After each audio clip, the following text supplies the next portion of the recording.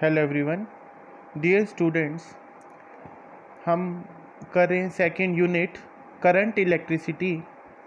और उसमें last time हमने टॉपिक कवर किया था जो कि था expression for internal resistance of the cell. Last time हमने पढ़ा था कि सेल के पास अपनी इंटरनल रेजिस्टेंस भी होती है और उसका एक्सप्रेशन हमने डिराइव किया था जो कि था मैं दिखा देता हूँ आपको। Small r is equal to r into E by V -1। इसमें स्मॉल r जो था वो है इंटरनल रेजिस्टेंस का सिंबल, कैपिटल R जो एक्सटर्नल रेजिस्टेंस, और E M F of the cell, V terminal potential difference of the cell. इन सब से हम इंटरनल रेजिस्टेंस को कैलकुलेट कर सकते हैं। अगर हमें राइट साइड वाली सारी टर्म्स की वैल्यू पता है तो हम इंटरनल रेजिस्टेंस को सेल की ढूंढ सकते हैं, पता लगा सकते हैं। आज हम नया टॉपिक स्टार्ट करने जा रहे हैं जिसका आर्टिकल का नाम है सेल्स इन सीरीज़। और उससे पहले हम एक बात और नोट करेंगे कि when cell is charged then current flows from positive to negative electrode through the cell.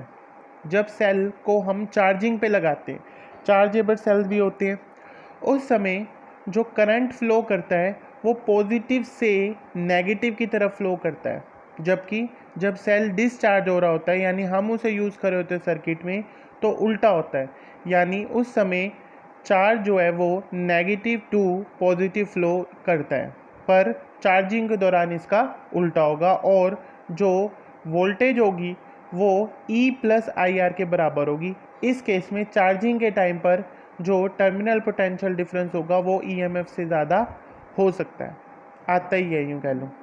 अब हम नया टॉपिक शुरू करने जा रहे हैं सेल्स इन सीरीज़ कि यदि अगर एक से ज़्यादा सेल्स को हमने सीरीज़ में लगा दिया, यानी एक 2 वोल्ट का है, एक दूसरा भी 2 वोल्ट का है, तो उसकी वजह से टोटल EMF की वैल्यू क्या रहेगी, नेट EMF कितना रहेगा और नेट इंटरनल रेजिस्टेंस कितनी होगी, उसका हमें एक्सप्रेशन आज डिराइव करना है। सबसे पहले हम इसके डायग्राम को देखेंगे अच्छे से कि इसमें एक सेल लिया है हमने E1 उसका EMF है, एक और सेल लिया है E2, उसका EMF E2 है, और पहले सेल की इंटरनल रेजिस्टेंस स्मॉल r1 है और दूसरे सेल की इंटरनल रेजिस्टेंस स्मॉल r2 है। इन दोनों सेल्स को हमने सीरीज में कनेक्ट कर लिया है। देख पा रहे हम, A इसका एक टर्मिनल है, B से ही दूसरे का टर्मिनल जुड़ गया और ये C एंड वाला टर्मिनल है। अब वो कह रहे हैं कि अगर हम सीरीज में इनको जोड़ देते हैं तो ये दोनों मिलकर के एक सेल जितना काम करते हैं, जिसका EMF होगा E इक्विवेलेंट और टोटल नेट इंटरनल रेजिस्टेंस जो रहेगी R इक्विवेलेंट। अब हमें ये टोटल वोल्टेज कितनी रहेगी EMF यानी कि, और टोटल इंटरनल रेजिस्टेंस कितना रहेगा, इसको हमें कैलकुलेट करके दिखाना है। आइए चलिए आगे हम देखते हैं कैसे स्टार्ट करेंगे। हमने लिखा let us consider 2 cells of EMF E1 and E2 and internal resistances R1 and R2। कि हमने 2 सेल लिए, EMF एक का E1 दूसरे का E2, internal resistance R1 R2 respectively, are connected in series, उनको हमने सीरीज़ में जोड़ लिया। सीरीज़ में जोड़ने के बाद हमने कहा कि let I be the current flowing through the cells. अगर I उसमें से करंट जा रहा है, करंट कैसे जाता है, पॉजिटिव से नेगेटिव की तरफ, यानी पॉजिटिव से बाहर निकलेगा, ये भी पॉजिटिव है इसका, ये भी पॉजिटिव, और घूम करके अगर इसको जोड़ते हम तो यहाँ से ये इस तरफ आता।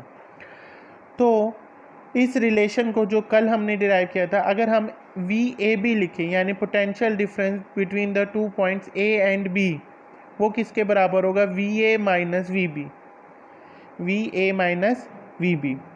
अब V जो है उसका रिलेशन EMF के साथ कल हमने डिराइव किया था, वो कितना था, E माइनस IR, यानी वोल्टेज जो होती है वो EMF में से कल बताया था कि कुछ माइनस करने पे ही आती है।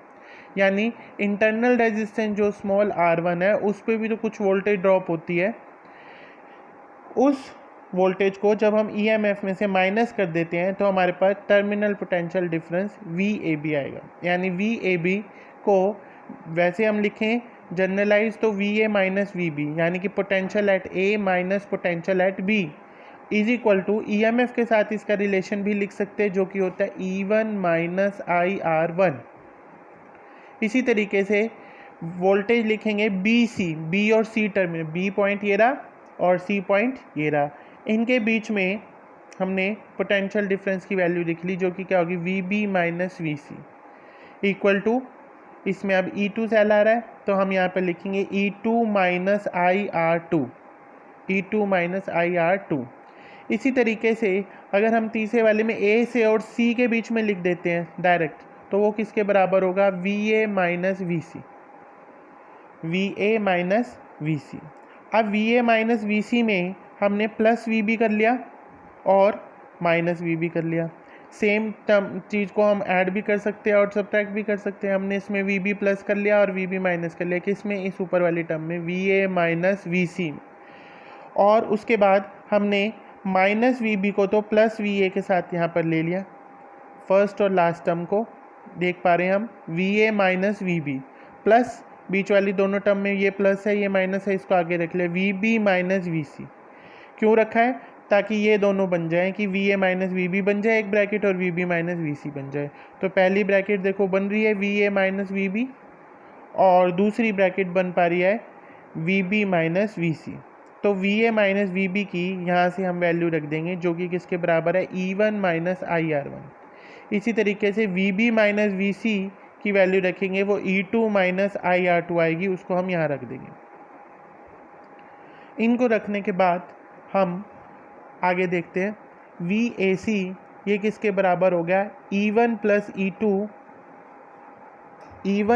E2 minus IR1 plus R2। इसमें से हमने कॉमन ले लिया, E1 और E2 को प्लस लिख लिया और माइनस वाली दोनों टर्म को पीछे ले जा करके I उसमें से कॉमन ले लिया। ये इक्वेशन नंबर 1 आ गई हमारे पास। अब हम कह रहे हैं कि now if series combination of two cell is replaced by a single cell of EMF E equivalent, कि अगर हम इस सीरीज कॉम्बिनेशन को रिप्लेस कर दे और एक सिंगल सेल लगा दे जिसकी वोल्टेज कितनी हो, EMF कितना हो E इक्विवेलेंट और इंटरनल रेजिस्टेंस हो R इक्विवेलेंट। जैसा कि हम डायग्राम में भी देख पा रहे हैं कि इन दोनों ने मिलके जो काम करना है वो अगर एक सेल कोई करता हो अकेला तो वो कितने के बराबर होगा इनकी। तो हमने VAC इज इक्वल टू लिखा E equivalent minus IR equivalent, equation number 2। अब पहली और दूसरी इक्वेशन को हम कंपेयर करेंगे और हमने देखा कि E इक्विवेलेंट किसके बराबर आ रहा है, ये इक्विवेलेंट इस E1 माइनस E2 के बराबर आ रहा है और I को छोड़ दे R equivalent R1 plus R2 के बराबर आ रहा है। तो ये हमने बॉक्स में रिजल्ट बता कर लिए। सिमिलरली अगर n सेल्स हो तो E इक्विवेलेंट कितना होगा E1 plus E2 plus E3 plus EN तक, और R इक्विवेलेंट होगा R1 plus R2 R plus N। इसका कहने का मतलब है जैसे ये दो सेल थे, अगर ये 2 वोल्ट का है ये 2 वोल्ट का है और ये इंटरनल रेजिस्टेंस 1 ओम की है, तो नेट रेजिस्टेंस कितनी हो जाएगी 1 प्लस 1 2 ओम होगी उस सेल की, नए वाले की, जो इस जैसा ही काम कर रहे हैं जैसा कि ये दोनों मिल के कर रहे थे। और E इक्विवेलेंट कितनी होगी 2 और 2 4 वोल्ट हो जाएगी, मतलब सिंपली ऐड होगा। अब एक और शर्त कि अगर n सेल्स जो हैं वो आइडेंटिकल भी हैं, यानी वो सेल एक जैसी वोल्टेज के हैं, यानी सारे 2 वोल्ट के हैं या 1 वोल्ट के, मतलब जो भी है कि एक जैसी वोल्टेज के, तो E इक्विवेलेंट कितना होगा, अगर ये भी E हो ये भी E हो और ये भी E हो तो इस सारों को जोड़ेंगे तो कितना आएगा n टाइम्स E आ जाएगा, क्योंकि ये n टर्म्स है। इसी तरीके से अगर सबकी रेजिस्टेंस इंटरनल भी R इतनी हो तो सारों की इंटरनल रेजिस्टेंस भी कितनी होगी NR। फिर उसके बाद हमने बताया कि अगर the cells for the cells connected as shown, अगर सेल उल्टे लगे यानी इसका नेगेटिव इसके नेगेटिव से ही जुड़ गया, इसको कहते हैं उल्टा जुड़ा होना, तो उस केस में E इक्विवेलेंट जो होगा वो माइनस हो जाएगा, यानी E1 यहाँ पे प्लस E2 था और यहाँ पे R1 प्लस R2 था, यहाँ पर क्या हो जाएगा E1 माइनस E2 और R1 प्लस R2, इस तरीके से अगर ये सेल जो है उल्टे लगे होंगे। तो इस तरीके से आज आप ये टॉपिक तैयार कर लेंगे सेल्स इन सीरीज़ को, और इसे भी याद करके कॉपी में लिख कर देख लेंगे। Thank you.